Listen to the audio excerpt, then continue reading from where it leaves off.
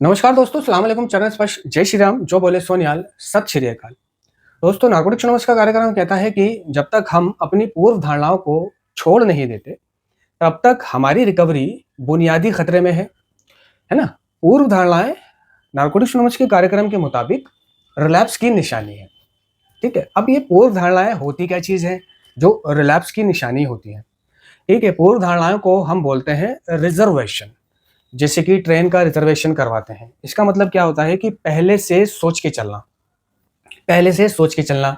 Reservation क्यों करवाया कि भाई आने वाली 10 तारीख को मैं गांव जाऊंगा, ठीक है, तो एक टिकट ले लेता हूँ 10 तारीख का। तो 10 तारीख नहीं है, लेकिन पहले ही टिकट ले लिया, ठीक है, यानी कि पहले से सोच के चल रहे हैं। इसी तरह एक नशेबाज पूर्व धारणाओं का इस्तेमाल करता है। नशा छोड़ने को लेकर वो पूर्व धारणाएं रखता है।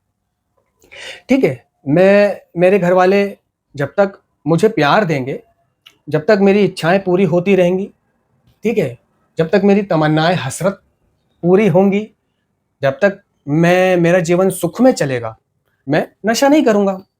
ठीक है, पहले क्या होता था, मैं नशा क्यों करता था वो ये सोच रहा होता है। मैं नशा इसलिए करता था बहाने बहाने कि वो मेरी बात नहीं सुनते थे। मैं उनसे कहता था मेरी शादी करा दो, वो मेरी शादी नहीं कराते थे। मैं उनसे कहता था कि भाई मुझे गाड़ी दिला दो, वो मुझे गाड़ी नहीं दिलाते थे। मैं उनसे कहता था भाई मुझे यहाँ जाना है, वो मुझे जाने से रोकते थे।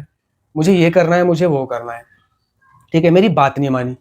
ठीक है, अब क्या करूँगा कि जब तक वे सब कुछ करेंगे, मैं नशा नहीं करूँगा, ठीक है, लेकिन जब वे मेरी इच्छाएं पूरी करना बंद कर देंगे, मेरे लात मार देंगे, तो मैं कर लूँगा।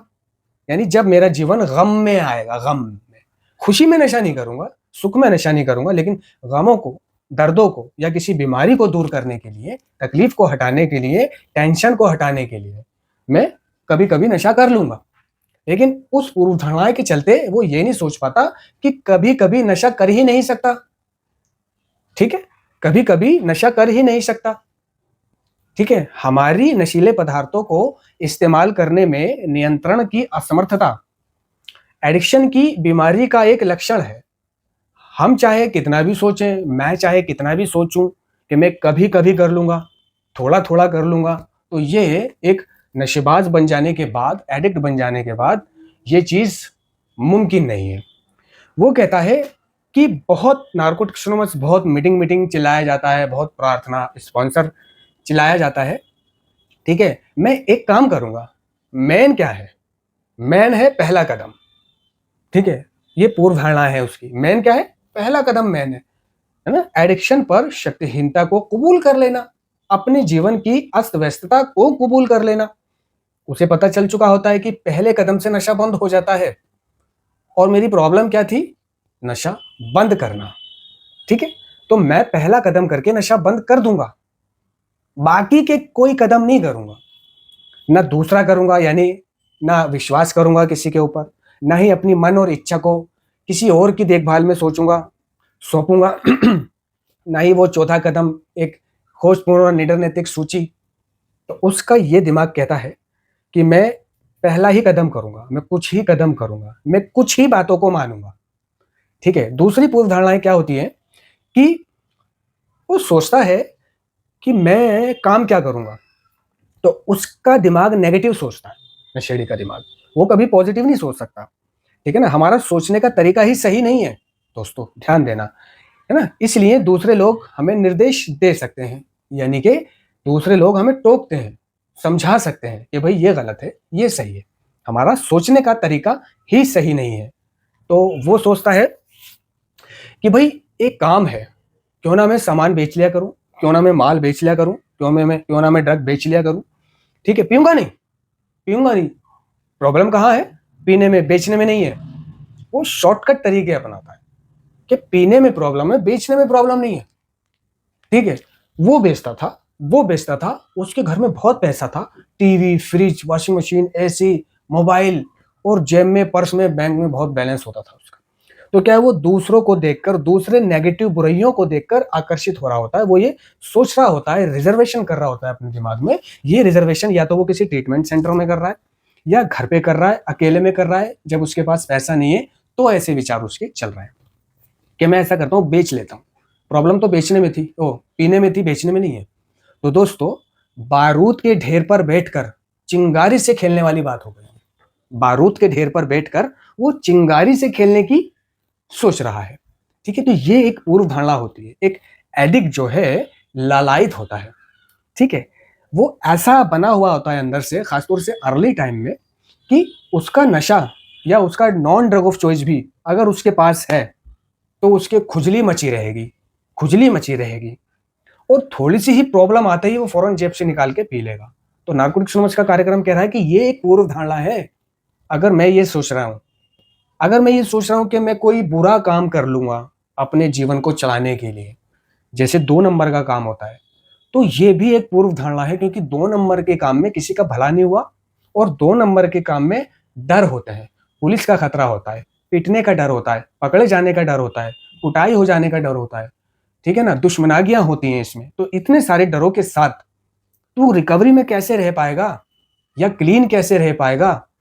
कभी ना कभी तो तेरी ऐसी परिस्थिति खड़ी होगी कि तेरी जान पे बन जाएगी, तुझे बहुत टेंशन हो जाएगी, और ऐसे में उस टेंशन को हटाने के लिए तू नशीले पदार्थों का सेवन कर सकता है, क्योंकि हमने अपनी समस्याएं और भावनाओं को छुपाने के लिए ही या हटाने के लिए ही नशे का सेवन किया था, अच्छा महसूस करने के लिए नशे का सेवन किया था। एक पूर्व धारणा यह भी होती है कि जिस एडिक्ट को उसकी फैमिली बार बार ट्रीटमेंट सेंटर भिजवा रही है, नशा मुक्ति केंद्र भिजवा रही है, बार बार इलाज करवा रही है, ठीक है, और वो अपने घर में किसी से डरता है, बहुत बहुत डरता है, कोई माँ से, कोई बाप से, कोई भाई से, कोई चाचा से, कोई ताऊ से, कोई मामू से, यानी जो किसी से भी डरता है।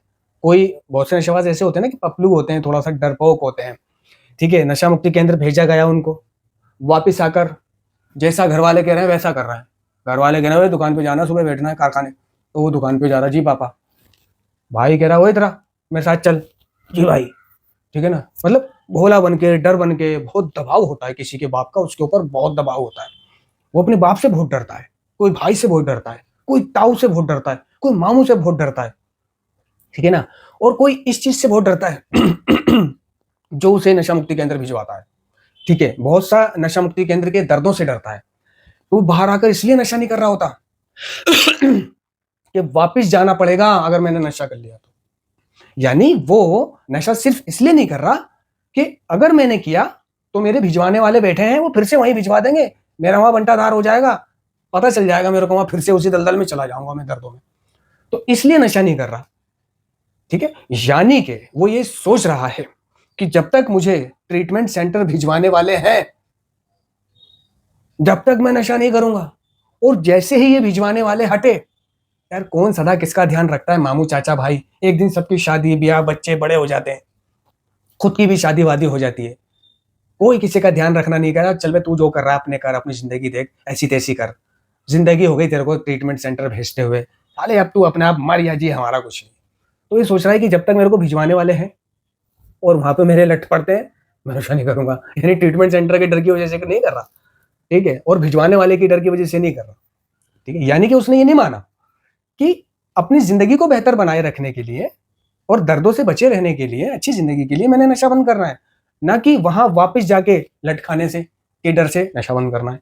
तो जिस दिन उसको वो भिजवाने वाला इधर उधर हो गया, है ना, शादीशुदी हो गए, बड़े हो गए और जमाना गुजर गया, या उनका कोई काम वाम लग गया, वो दुबई सऊदी इधर उधर चले गए, या पिता है तो खुदा ना खास्ता वो अपनी उम्र काट के चले गए, जो भी है हट गए, तो ऐसे में क्या वो नशा नहीं करेगा? क्योंकि उसने नशा क्यों बंद करा था? अपनी जिंदगी को बेहतर बनाने के लिए नहीं, उनकी डर की वजह से कि ये मेरे को सेंटर भिजवा देंगे, और सेंटर भी टीसी भिजवाते हैं, वहां मेरे को मारते बहुत हैं और घसरी वायलोन बहुत कराते हैं, बदबू में रहना पड़ता है, एक के ऊपर एक चढ़ के सोना पड़ता है, टॉयलेट में पर्दा नहीं होता। वो इन डरों की वजह से नशा नहीं कर रहा, मतलब अपने आप से, अपनी विल पावर से, या अपनी जिंदगी को बेहतर बनाए रखने के लिए, अपने स्वास्थ्य के लिए नशा नहीं कर रहा, वो डर की वजह से नशा नहीं कर रहा। तो ये एक पूर्व धारणा है। और एक छोटा मोटा उदाहरण ले लेते हैं पूर्व धारणा का, कि किसी की माशूका है, प्रेमिका है, बचपन का प्यार है, पहली नजर वाला प्यार है, ठीक है, सिर्फ तुम वाला प्यार है, बहुत प्यार करता है, उसकी यादों में खोया रहता है, उसे पाना चाहता है, ठीक है, और अगर वो ये देख ले कि वो तो बेवफा है, अगर उसका लॉयल्टी टेस्ट किया जाए और वो अपने लॉयल्टी टेस्ट में फेल हो जाए, या वो उसे धोखा दे जाए, या वो किसी और से शादी कर ले, किसी और के साथ दिखाई दे जाए, चाहे वो किसी और से शादी अपनी मर्जी से करे या घर वालों के दबाव में आने से करे, अपने घर वालों की मानने की वजह से करे, ठीक है, वैसा भी होता है। जरूरी नहीं है कि अगर किसी की माशूका ने किसी और से शादी कर ली तो उसका कारण वो बेवफा ही है। नहीं भाई, वो अपने माँ बाप के खिलाफ नहीं जा सकती।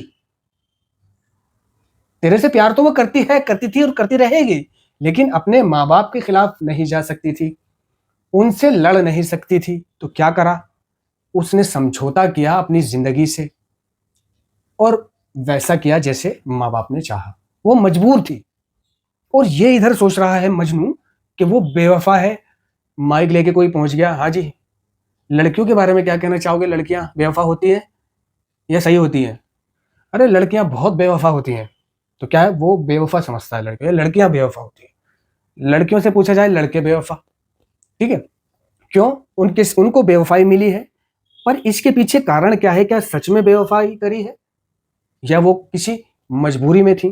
तो ये जो मजनू है जिसको धोखा मिला है और इसने उसकी वजह से नशा छोड़ा था कि ठीक है मैं तुम्हारी वजह से नशा छोड़ रहा हूं, तुम कह रही हो। तो होता है ना, अगर किसी की गर्लफ्रेंड, किसी की माशूका, किसी का बचपन का प्यार, कोई प्यार ना भी हो, वैसे भी कोई लड़की हमसे कहने लगे हमारे करीब आकर, जी आप नशा मत किया करो, आप बहुत अच्छे लगते हो मुझे, लेकिन आप नशा छोड़ दो, तभी है। तो वो छोड़ने लग जाता है नशा। और अगर वो प्यार में बदल जाए तो उसकी खातिर कुछ भी करने को तैयार होता है। अगर वो कहे कि भाई मुझसे शादी करनी है तो पहले नशा छोड़ना पड़ेगा, नशा मुक्ति केंद्र होके आ जाओ, छोड़ दो जैसे भी छोड़ो। और वो खुद छोड़ने की कोशिश करता है, वो पाता नहीं छोड़ पा रहा, तो वो ट्रीटमेंट सेंटर गया, वहां से छोड़ के आया। यानी कि जिसने अपनी प्रेमिका को हासिल करने के लिए, पाने के लिए या उससे शादी करने के लिए नशे को छोड़ा, और जब उसने नशा छोड़ दिया और उसने पाया कि वो किसी और के साथ चली गई, वो किसी और के साथ घूम रही थी, वो उसे फोन कर रहा है तो उसका फोन इंगेज जा रहा है, बिजी जा रहा है, उसने शादी किसी और से कर ली, तो ऐसे में उसको पीना ही पीना है, क्योंकि उसने छोड़ी ही उसकी खातिर थी, अपनी जिंदगी की खातिर नहीं। धन्यवाद।